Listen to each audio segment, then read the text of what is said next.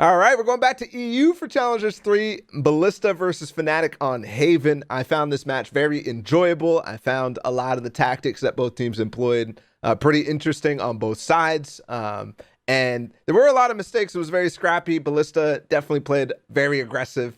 But in either case, let's take a look at this game. They go for Sky on Haven, which NA is not really doing at all. They do finally, I think EU's really starting to pick up Phoenix, especially on Haven, compared to like Challengers 2, Challengers 1, there really was not that much Phoenix play. One thing to note as well is that Killjoy's being played on Haven, where usually you actually see the Fnatic pick, which is Cypher, just because of how easy it is to play retake with Cypher comparatively to just using nanostorms and stuff like that. But there are situations where Killjoy is really useful on defense to set up like turret crossfires and yada yada yada. Okay, so when I saw the idea from Fnatic, I was like, okay, this is really cool. Basically, they want to fake like they're hitting B, tap the spike, and back away quickly through garage. I don't think that this idea will work anywhere else on this map, and I don't even really like the idea overall. But basically, smoke C-Link, they put the wall up, they flash through, tap the spike, and back out. And we're mostly going to be looking at this from Ballista's POV, but it's still pretty interesting because you can see how different approaches right away. Cool idea from Fnatic just gets completely countered because what Ballista does is actually they were already stacking C. They had 3 here, they had 1 here.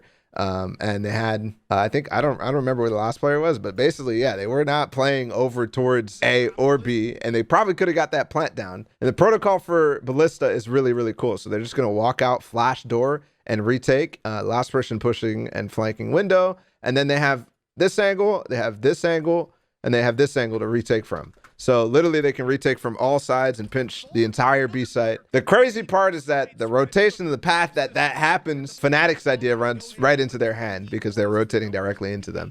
So yeah, that was pretty damn funny. Okay, so the anti-eco for Ballista, just a standard push A-long. Smoke door for Morphan.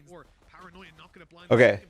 So you see that Sky Flash coming into garage, very nice, at the same time as he's able to peek, but also the idea from Fnatic from the smoke to just double peek through the front of it, because it's not necessarily the most optimally placed like inside of the door so that only one person can come through at the same time. I'm not sure if that's actually a thing, but anyways, he tucks himself in the corner. They just have pistols. They're not going to be able to spam him.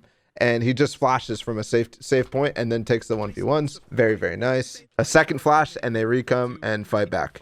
You can see them pretty much getting the second kill there. So last round, Morphan already did smoke this, and he also smokes down here. So he uses both of his smokes, and then they go for this idea to flash pop out of garage, which is nice. Literally last round, they had a smoke front garage, and it was a little later, so Mystic is smelling something already. He already knows that there's something messed up happening. Last round, it was him playing all the way back, so they don't necessarily need to expect or have what it takes to expect this, other than, you know, Mystic being really smart. Yeah, pushing through, it's already something different than what they tried to do last round. Okay, this is the round we get to see that basically they go default, they start getting orb, they smoke top, and Morphan's also smoking top A lobby. And then he's been throwing this smoke down here a lot recently, and yeah, that's like, okay, he can walk through the smoke and he can actually take cubby control. Bold can, or whoever's playing on C can. And Fnatic now has to clear it, but it's been so late a lot of times, it's just like not that, I feel like it's not that useful, but either way. They're peeking off a turret here. Nice setup. Morphan and Kareem. Batty G once again is playing outside of A, really passive, ready to rotate as fast as possible. QXV is just spotting B. As soon as that happens, Batty G will rotate. Fnatic comes back to hit B. Same thing we've seen in rounds prior. Morphan smokes the front. Every time it feels like he's been able to get a smoke down on the front of B lobby. Same thing where Mystic goes up top, and I think he's going to try to flash. Same ult as well. Morphan with the nice assist flash as well from the corner of garage, but he stays there. Same thing as last time. Same thing as last time. Yeah, there was the flash, but I think he actually blinded Doma. But either way, they're ready there. He takes down the ult so that he doesn't see Batty G, by the way. And Batty G's not peeking with him. I don't know if I like that or not, but they get info. I don't know why he went back heaven. He goes back heaven acting like, yeah, they're not on B. But I think they had the information at that point. Flash peeking, and I love how he continues to go back in towards Gong rather than like hard pushing, because they're not in position yet to actually fight. But yeah, Bold just gets 2. They still have control of garage. Smoke comes in. Oh, is this round? Yeah, they lose this, right? I can imagine around here where Morphen, instead of coming back through C-Link, he actually does take the grass control. And that shows the importance of why you need to do that for situations just like this. Okay. Yeah, this round was hilarious. This reminded me of the old scrim strats, okay? There probably still is. This is probably a matchmaking classic at this point in CSGO. Like, everybody, like 3 people rush banana, last 2 stay in sight, or 2 people rush banana, last 3 stay in sight. This is how that felt for me. This is how that felt for me. One thing to note is that Fnatic is throwing this dart that lands over here, and well, actually, let me explain that in a second. Basically, 2 people peek in front of the cinder block, and the other 2 people stay behind the cinder block. 2 people die, and I like that they're having a flank here, another option as well.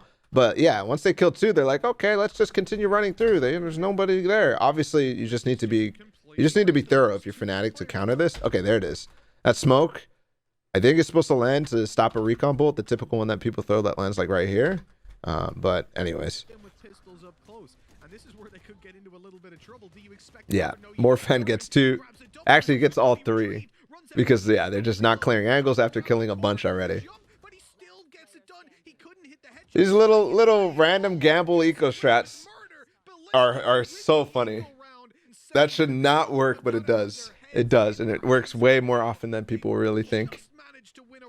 I think the CSGO mentality has kind of switched away from ideas like this for the most part, because playing default setups on eco is actually like more advantageous overall, because you can find yourself in positions to work off of information, but they still come out every once in a while. Second half. So it's a C push. Smoke. Morphen comes in the cubby, flashes, and then on top of that, at the same time as he's clearing this close angle, so there's not going to be really anything trying to fight early with the flash. There's a sky flash going in the back. So cloudburst and dash, and there's a flash on the back side of it. Perfect. And QXV just pops.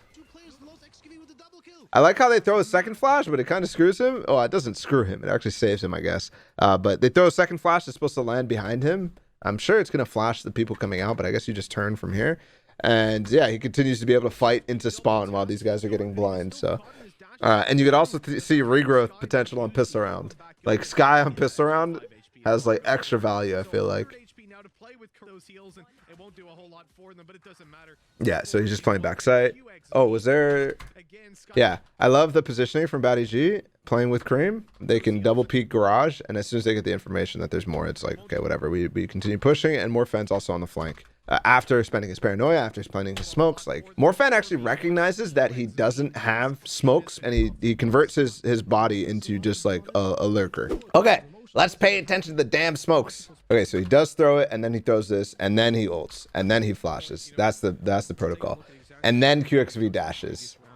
Like, Seekers as well just makes it so uncomfortable. Dude, when you execute with Seekers and when you push with Seekers, it's just brutal. Look, Phoenix is flashed. I don't know what you're doing here, Boaster.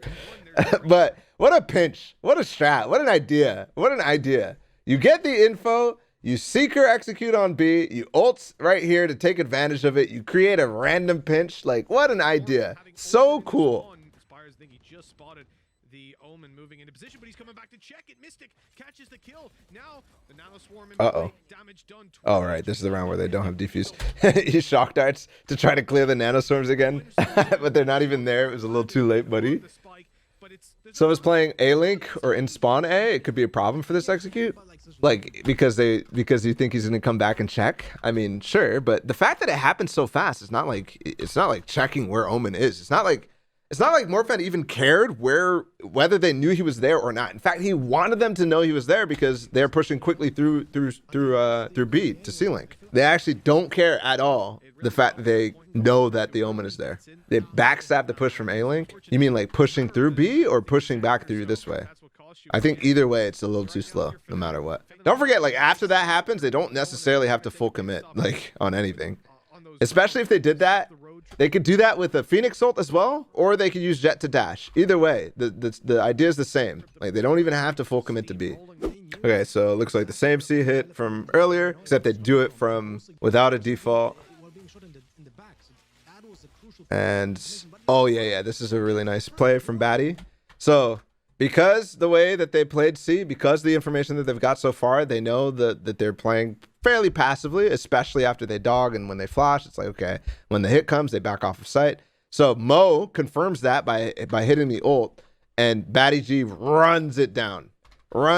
Not necessarily to kill Mo, although he could have, depending on how Fnatic was playing, but to catch other people by surprise, because normally the Hunter's Fury is taking coverage of this, and the Sova is taking coverage of that. Flash through window again, that's their default. Same thing, Morphan and Kareem working C long, they get the orb. Did they get lockdown in this round? Yeah, they did. They got the lockdown in this round from the C long orb, and then they use it to great effect. Okay, so lockdown, execute, whatever. Not that crazy, but what is nice is the way that they play this. He wants to play graffiti, but we also have Morphan coming in late, and this flash from Morphan so that he could peek a lobby. I don't know why I call everything lobby. Why is that such a habit for me? He could peek through spawn and just kill one, no problem. It's just like, okay, let's try to get one with a nice flash peek. He just backs up and is chilling. He's like, yeah, this is fine, no problem. Smoke comes in, flash comes out, and yeah, dude, BattyG is insane. They support Batty so much, it's insane. Yeah, it's really nice. And then he turns the flash and just puts the nail in the coffin. Like, GG's. Insta seekers from Bulb. Like, instantly, he's like, yeah, fuck it, let's pop it. Confirms the round. But what a turn. Just that flash down the lane, pushing in from BattyG, gets one. All of a sudden, the retake is just like so much harder. Like, the one person super crucial to their retake, probably Omen, also very, very consequential. Potentially Sova, possibly very consequential. But these sorts of, let's just push really quickly and take down one player that has the utility that we need, probably, is so nice. Obviously, you can't guarantee that it's going to be a very, very high impact kill, but it is a high impact kill. And you could imagine a round, for example, where Boaster has ult, how much different that makes this round just because he's there in time to fight him. That's crazy. Anyways, guys, Ballista goes on to win this series. The next match is even more fun to watch, to be honest, because Fnatic goes back to playing Viper, no Sentinel, double Initiator, Sky, Sova, and it's really, really, really, really good. The bind game was awesome. So I'd recommend watching that, but in either case, if you like this video, please like, subscribe, and do all the things on my social media. We'll be back with more content just like this. Peace!